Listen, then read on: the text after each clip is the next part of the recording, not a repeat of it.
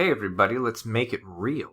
So today what we're going to do is we are going to go to realclearpolitics.com. And when you go to realclearpolitics.com, you will see a page that looks like this. Lots of news to the left, the news in the center, some numbers up here to the right, and then also you'll see some links at the top. And what we're going to do is we're going to go to polls. And there will be a variety of polls that you can look at. What we'll do is we'll go to Trump versus Biden.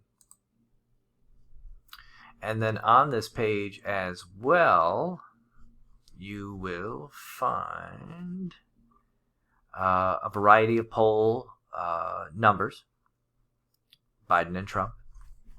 You will find the dates that the polls were conducted.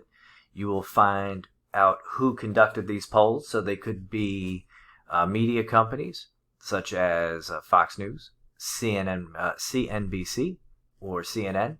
Could be a university like Quinnipiac University.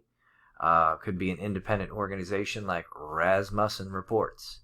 You'll see something that says RV and LV. RV means registered voters. LV means likely voters.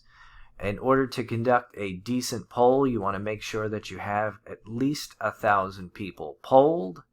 And the more people you poll, the lower the margin of error would be between the two candidates.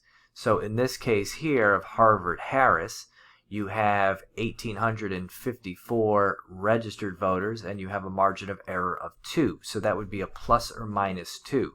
So here you have Biden at 53 and Trump at 47. What you would do to that 2 is add 2 to the 53 and subtract 2 from the 47, or you would add 2 to the 47 and subtract 2 from the 53. And you can do that with any of these numbers.